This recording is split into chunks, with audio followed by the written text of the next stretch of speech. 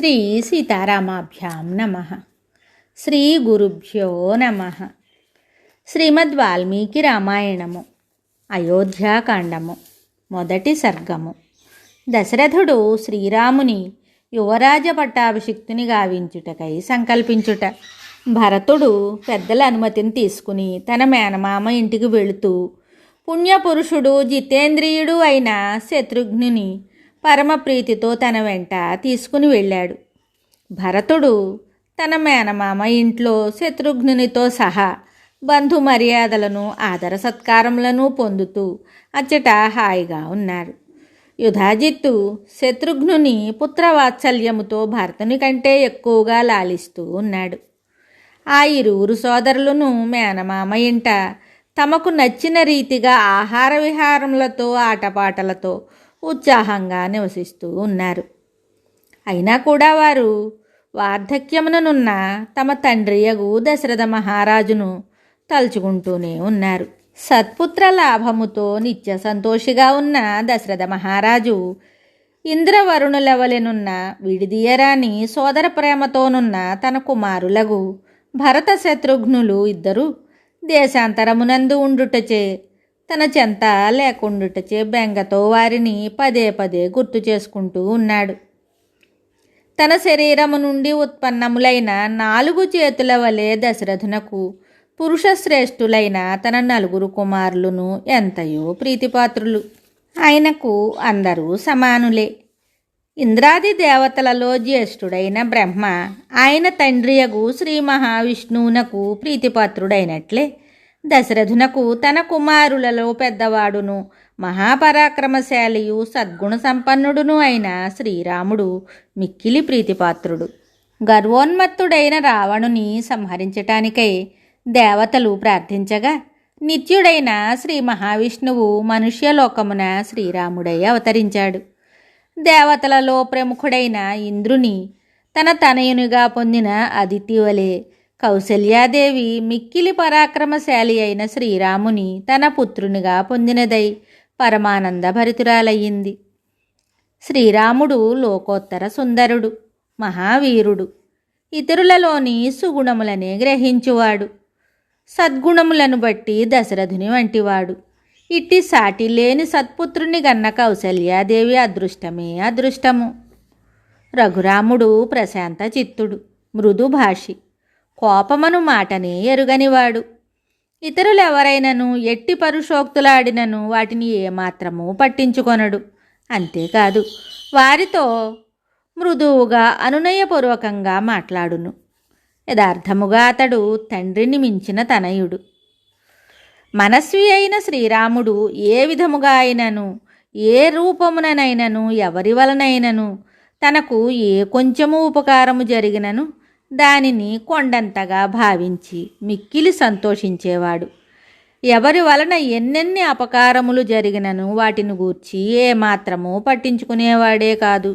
రఘునందనుడు అస్త్రాభ్యాసము చేయునప్పటి విరామ సమయములందు మాత్రమే కాక ఎల్లవేళలను సదాచార సంపన్నులతోనూ జ్ఞానవృద్ధులతోనూ వయోవృద్ధులతోనూ ఇంకను ఇతర సజ్జనులతోనూ వివిధ విషయములను గురించి చర్చిస్తూ ఉండేవాడు. రఘునందనుడు ప్రశస్తమైన బుద్ధి కలవాడు. జనులు సుఖపడు విషయంను గురించి ఎప్పుడూ ఆలోచిస్తూ ఉండేవాడు. అందరితో మృదు మధురంగా మాట్లాడుతూ ఉండేవాడు. ఎవరినైనాను తానే ముందుగా పలకరిస్తూ ఉండేవాడు. శత్రువుల విషయమునను ప్రియవచనములనే పలుకుతూ ఉండేవాడు. శరణాగతులను కాపాడుటకై దుష్టులను అణిచివేసేవాడు. ఎంతటి దుర్మార్గులైనను తనను ఆశ్రయించినచో వారిని క్షమించేవాడు. తాను ఎంతటి పరాక్రమశాలి అయినను ఆవంతయు గర్వపడనివాడు. శ్రీరాముడు ఎట్టి పరిస్థితులలోనూ అసత్యమును పలికేవాడు కాదు. సకల విద్యా పారంగతుడు. సచ్చీలురకును జ్ఞానవయోవృద్ధులకును ఎదురు వెళ్ళి వారిని సేవిస్తూ ఉండేవాడు. ప్రజలను వాత్సల్యముతో సంతసింపజేస్తూ ఉండేవాడు. ప్రజలకు ప్రాణతుల్యుడు. దుఃఖితులను చూసినప్పుడు రాముని హృదయం ద్రవిస్తూ ఉండేది. అతడు కోపమును జయించినవాడు. వేదజ్ఞులకు ఎదురుగా వెళ్ళి వారిని పూజించేవాడు. దీనులను ఆదుకొనువాడు. సామాన్య ధర్మములను విశేష ధర్మములను బాగుగా ఎరిగినవాడు. నిత్యము నియమనిష్టలను పాటించువాడు. కలలో కూడా పరుల సొత్తును ఏమాత్రము ఆశింపనివాడు. శ్రీరాముడు ఇక్ష్వాకు వంశజులకు సహజములైన దయాదాక్షిణ్యములు, శరణాగత రక్షణము, ధర్మైక దృష్టి కలవాడు. దుష్ట నిగ్రహము, ప్రజా పరిపాలనము అను క్షత్రియ ధర్మములను పూర్తిగా పాటించువాడు. వర్ణాశ్రమ ధర్మములను ఆచరించుట వలన కలిగడి కీర్తి స్వర్గఫలదాయకము అని నమ్మి క్షత్రియ ధర్మములను చక్కగా నెరవేర్చువాడు. సదసద్విచక్షణ కలవాడగుటచే శ్రీరాముడు జూదము మొదలగు వ్యర్థ కార్యములయందు ఎన్నడునూ ఆసక్తుడు కాడు. ఎన్నడునూ ధర్మవిరుద్ధములైన నిష్ఠురోక్తులను పలికెడివాడు కాదు. లౌకిక వైదిక విషయములయందు యుక్తియుక్తముగా మాట్లాడుటలో అతడు బృహస్పతి వంటివాడు. రఘునందనుడు మానసికముగా శారీరకముగా చక్కని ఆరోగ్యము కలవాడు. యువకుడు, ప్రశస్తముగా మాట్లాడువాడు, దృఢగాత్రుడు, దేశకాలములను ఎరిగి అధ్యయనాదులను కొనసాగించెడివాడు. ఒక్కసారి చూచినంత మాత్రముననే లోకమునందలి పురుషుల హృదయములను, అభిప్రాయములను సమగ్రముగా ఎరిగడివాడు. పరమ సాధువు, అపకారుల ఎడ కూడా సాధుత్వమునే ప్రకటించువాడు. సాటిలేని సద్గుణములు కలవాడు, మహాపురుషుడు. మహారాజు కుమారుడైన శ్రీరాముడు ఉత్తమోత్తమ గుణములకు పెన్నిధి. ఆ సద్గుణముల కారణముగా ఆయన ప్రజలందరికీ మిక్కిలి ప్రేమాస్పదుడు. అంతేకాదు, వారికి అతడు బహిప్రాణము. భరతాగ్రజుడైన రఘురాముడు చక్కగా వేదాంగములను, శాస్త్రములను అధ్యయనం చేసినవాడు.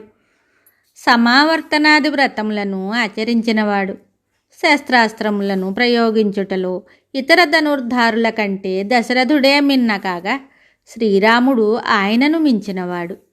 ఎట్టి కళంకములను లేనివాడగుటచే శ్రీరాముడు పవిత్రములైన శుభప్రదములైన ఉత్తమ మాతృపితృవంశములకు ప్రతీక అయినవాడు. మిక్కిలి క్షోభపడవలసిన పరిస్థితుల యందును ఏమాత్రము తొణకనివాడు. అతి క్లిష్ట పరిస్థితులలోనూ సత్యమునకు కట్టుబడి ఉండువాడు. రుజువర్తనముచే దేవతలకును ఆరాధ్యుడు. ధర్మార్థ విషయములయందు నిష్ణాతులైన బ్రాహ్మణోత్తముల కడ సుశిక్షితుడు. ధర్మశాస్త్రములలో పేర్కొనబడిన రీతిగా ధర్మార్థ కామతత్వములను లోతుగా ఎరిగి ఆయా సమయములయందు వాటిని ఆచరించువాడు. గ్రహించిన విషయములను మరవనివాడు. అనుక్షణము వికసించు ప్రతిభ గలవాడు. లోకమునకు ప్రామాణికములైన సమయాచారములను నెలకొల్పినవాడు. వాటిని ఆచరించి ఆదర్శమూర్తి అయినవాడు. రఘునందనుడు వినయశీలుడు. తన మనస్సులోని అభిప్రాయములను ముఖ కవళికలలో బయటపడనీయనివాడు. రహస్యాలోచనలను సమయము వచ్చు వరకు గూఢముగా ఉంచువాడు. సమర్థులైన మంత్రులను కలిగి ఉన్నవాడు. ఆయన కోపము గాని సంతోషము గాని సత్ఫలములనే ఇచ్చుచుండును. సమయోచితముగా పాత్రులకే దానము చేయువాడు. ధనమును న్యాయముగా సమకూర్చువాడు. శ్రీరాముడు మాతాపితృలయందును గురువుల ఎడ నిశ్చల భక్తి కలవాడు. ఆయన ప్రజ్ఞ సాటిలేనిది. దుర్జనులను దరిజేరనీయనివాడు. సత్ప్రసంగములకు నెలవు. సోమరితనము గాని ఏమరపాటు గాని లేనివాడు.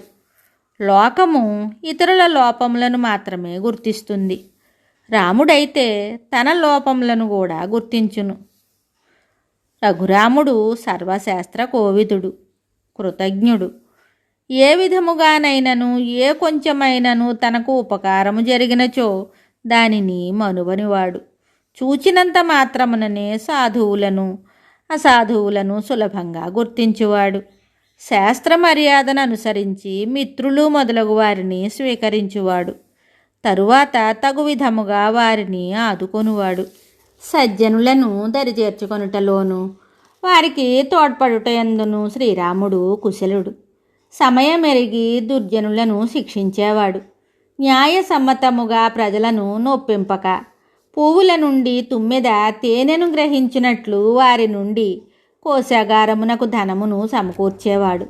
శాస్త్ర ప్రకారము ఆ ధనమును సముచితముగా వ్యయం చేసేవాడు. సకల శాస్త్రములయందును సంస్కృతాది భాషలయందును గల కావ్య నాటకాలంకారములయందును రఘువరుడు కోవిదుడు. ధర్మబద్ధముగా ఆర్జించిన అర్థము పరిధిలో సుఖమును కోరుకునేవాడు. కర్తవ్య కార్యములయందు అలసత్వమునకు తావిచ్చేవాడు కాదు. శ్రీరాముడు మనోరంజకములైన సంగీత చిత్రకళలయందును వీణా వేణు మృదంగ తాళ విద్యలయందును ఆరితేరినవాడు. ధనమును క్రమపద్ధతిని అనుసరించి సద్వినియోగము చేయుట తెలిసినవాడు. ఏనుగులను గుర్రములను అధిరోహించుట, అదుపు చేయుట, వాటికి శిక్షణ ఇచ్చుట ఎరిగినవాడు. రఘునందనుడు ధనుర్వేద రహస్యములను బాగుగా తెలిసినవాడు. ధనుర్ధారులలో శ్రేష్ఠుడు. సాటిలేని యోధులైన అతిరథులచే పూజింపబడువాడు. స్వయముగా తానే శత్రుసేనలకు ఎదురుగా వెళ్ళి ముందు భాగమున నిలిచి వారిని దెబ్బతీసేవాడు. శత్రువులకు అంతుపట్టని వ్యూహరచనలు చేసి తన సేనలను కాపాడేవాడు. యుద్ధరంగమున క్రోధపరవశులై ఉన్న సురాసురులకు సైతము ఎదిరింప శిక్షము గానివాడు. శ్రీరాముడు అసూయ లేనివాడు, కోపమునకు లోను కానివాడు, గర్వము లేనివాడు, మాత్సర్యమును ఎరుగనివాడు, ఎట్టివారిని ఏమాత్రము అవమానింపనివాడు, సత్వరజస్తమో గుణములకు అతీతుడు, శుద్ధ సత్వ స్వభావుడు. ఆ దశరథ మహారాజు కుమారుడు ఇట్టి ఉత్తమోత్తమ గుణములను కలిగి ఉన్నందున సమస్త ప్రజలకును అంతేకాదు ముల్లోకములకును పూజ్యుడు. అతడు క్షమాగుణమున భూదేవి అంతటివాడు, బుద్ధి వైభవమున బృహస్పతి, పరాక్రమమున ఇంద్రునితో సమానుడు. శ్రీరాముడు సహజ సుందరుడు. ఇంకనూ ఆయన ఉన్నత గుణములు తల్లిదండ్రులకు మాత్రమే కాక సకల జనులకును ప్రీతిపాత్రములు, మనోహరములు. అట్లు సద్గుణములతో అందచందములతో అలరారెడి ఆ మహారాజు సుతుడు సహస్ర కిరణములతో ప్రకాశించు సూర్యుని వలె విరాజిల్లుతూ ఉన్నాడు. ఇట్లు సద్గుణ సంపన్నుడును ఆశ్రితులను రక్షించుటయే వ్రతముగా గలవాడును, మొక్కవోని పరాక్రమము గలవాడును, దిక్పాలురవలే అందరినీ ఆదుకొనుచుండువాడును అయిన రఘువరుడు తమకు ప్రభువు కావాలనని భూలోక ప్రజలందరూ కోరుకుంటూ ఉన్నారు. ఈ విధంగా సాటిలేని అనేక శుభలక్షణములతో విలసిల్లుచున్న శ్రీరాముని చూసి శత్రుభయంకరుడైన దశరథుడు ఇలా ఆలోచించసాగాడు. వయోవృద్ధుడును జ్ఞానవృద్ధుడును అయిన దశరథ మహారాజునకు నేను జీవించి ఉండగానే ఈ రాజ్యమునకు శ్రీరాముడు రాజైనచో ఎంత బాగుండును, అది చూసి నేను సంతోషిస్తాను కదా అనే కోరిక కలిగింది. నా ప్రియపుత్రుడైన రాముని రాజ్యాభిషిక్తునిగా ఎప్పుడు చూడగలనో గదా అను గాఢమైన కాంక్ష దశరథుని హృదయమున నిరంతరము మెదులుతూ ఉండేది. శ్రీరాముడు ప్రజల యొక్క అభివృద్ధికై పాటుపడువాడు, సకల ప్రాణుల ఎడ కృపజూపువాడు, వర్షించు మేఘము వలె జనుల సంతాపములను రూపుమాపువాడు. వారికి నాకంటెను అతడు ఎక్కువగా ప్రీతిపాత్రుడు, పరాక్రమమున ఇంద్రియముల వంటివాడు, బుద్ధికి బృహస్పతి, మేరు నగధీరుడు, సద్గుణములచే నన్ను మించినవాడు. అట్టి నా కుమారుడు ఈ సమస్త భూమండలమునకు రాజు కాగా నేను ఈ వయస్సులో చూసి స్వర్గసుఖములను పొందెదను. శ్రీరామునిలోని విశిష్ట గుణములు అసంఖ్యాకములు, అవి లోకోత్తరములు. ఈ విధమైన ఆయా మహోన్నత గుణములు కాగడా పెట్టి వెతికినను ఇతర రాజులలో కనబడవు. ఇంతవరకును పేర్కొనబడినవి కాక ఇంకనూ స్వాభావికములైన ఎన్నో కళ్యాణ గుణములకు కుదురైనవాడు అతడు. అట్టి శుభలక్షణ సంపన్నుడైన కుమారుని చూసి దశరథ మహారాజు మంత్రులతో సమాలోచనలు చేసి శ్రీరాముని యువరాజును చేయటానికై నిశ్చయించుకున్నాడు. ఆకాశమునందును అంతరిక్షమునందును భూమిపైనను సంభవించుచున్న మిక్కిలి భయంకరములైన ఉత్పాతములను గురించి, తన శరీరముపై ప్రభావమును చూపుచున్న ముసలితనమును గురించి ప్రజ్ఞాశాలి అయిన దశరథుడు మంత్రులతో ప్రస్తావించాడు. పున్నమి నాటి చంద్రుని వలె లోకమునకు ఆహ్లాదకరుడును మిక్కిలి బుద్ధిశాలియు అగు శ్రీరాముడు దేశ ప్రజలకు అత్యంత సంతోషదాయకుడు. ఆయన పైన వారికి గల ప్రేమాభిమానములు అపారములు. ఈ పరిస్థితులు నా సంతాపమును తొలగించునవి. కావున శ్రీరాముని పట్టాభిషిక్తుని చేయుట సమంజసమే అని దశరథుడు భావించాడు. ప్రజలకు సుఖ సంతోషములను కూరుస్తూ వారిని రక్షించుట రాజధర్మము. అట్టి ధర్మము నెరిగిన దశరథుడు వయోవృద్ధుడైన తనకు మాత్రమే కాక ప్రజలకును హితమును గూర్చుటకై ప్రియమును కలిగించుటకై నవయువకుడైన శ్రీరాముని పట్టాభిషిక్తుని చేయుటకు ఇది సరి అయిన సమయము అని భావించి అందులకై త్వరపడసాగాడు. వెంటనే ఆ మహారాజు వివిధ నగర ప్రజలను, ఆయా ప్రదేశములలో ఉండు జానపదులను, దేశమున గల ప్రముఖులను, సామంతరాజులను వేరువేరుగా రప్పించాడు. వ్యవధి తక్కువగా ఉండుటచే దూరతీరములనున్న భరతుని మాతామహుడైన కేకయ ప్రభువును, శ్రీరామునకు మామయ్యైన జనక మహారాజును ఆ తొందరలో పిలిపింపలేదు. క్రమంగా వారు ఈ శుభవార్తను విని ఆనందిస్తారు అని భావించి అతడు అలా చేశాడు. ఆహ్వానంపై అయోధ్యకు విచ్చేసిన వారికి అందరికీ దశరథుడు తగిన విడిది గృహములను ఏర్పాటు చేశాడు. వారిని వివిధ ఆభరణములతో సత్కరించాడు. అలంకృతుడైన దశరథుడు బ్రహ్మదేవుడు ప్రజలను వలె ఆహుతులను దర్శించాడు. అంతటా శత్రుభయంకరుడైన ఆ దశరథ నరపతి సభలో ఆసీనుడైన తరువాత ప్రజానురంజకులైన తక్కిన రాజులందరూ సభలో ప్రవేశించి ఆసనములను అలంకరించారు. దశరథునిచే వివిధ ప్రదేశములలో నియమితులైన ఆ రాజులు తమకై ఏర్పాటు చేయబడిన ఆసనములపై మహారాజునకు అభిముఖంగా కూర్చున్నారు. దశరథుని నుండి సముచితమైన అతిథి సత్కారములను పొందిన వినయశీలురగు సామంతరాజులు, వివిధ నగరములకు చెందిన పురప్రముఖులు, జానపదులు రాజుగారు చెప్పడి మాటలను సావధానంగా ఆలకించుటకై ఆయనకు చేరువుగా చుట్టూను చేరి కూర్చున్నారు. అప్పుడా మహారాజు దేవతలచే పరివృతుడైన సకల ఐశ్వర్య సంపన్నుడగు దేవేంద్రుని వలె విరాజిల్లాడు.